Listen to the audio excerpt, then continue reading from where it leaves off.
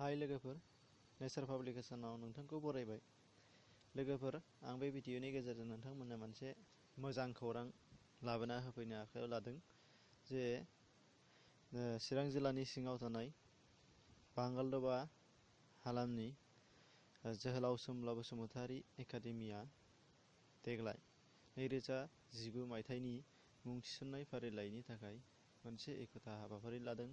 बेनो जाहैबाय माबि थाखो 6 आरो थाखो 9 आव एडमिशन लागोन फरायसाफोरखौ आबुङैनो फ्री एबा जेबो बेसेन लायालासेनो मुं थिसननो हानायनि खाबु होदों।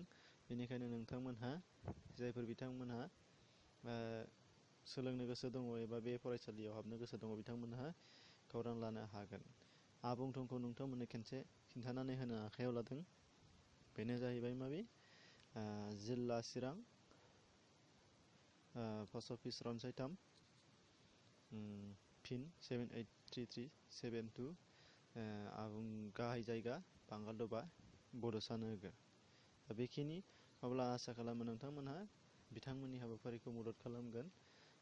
जायफोर बिथांमोनहा नुबाय इउटिउब भिडिअखौ नुबाय बिथांमोनहा गाव गावनि मानसि दङब्ला खिन्थानानै होगोन आरो जोहोलाव सोमब्ला बसुमतारी एकाडेमिनि मुंखौ अराय गोजोन खालामनायजों लोगोसे जोंनि बर' गेदेमा जोहोलाव सोमब्ला बसुमतारीनि मुंखौबो मुलुगाव आरो गोजोनै थानो खाबु होगोन। गोजोन्थों।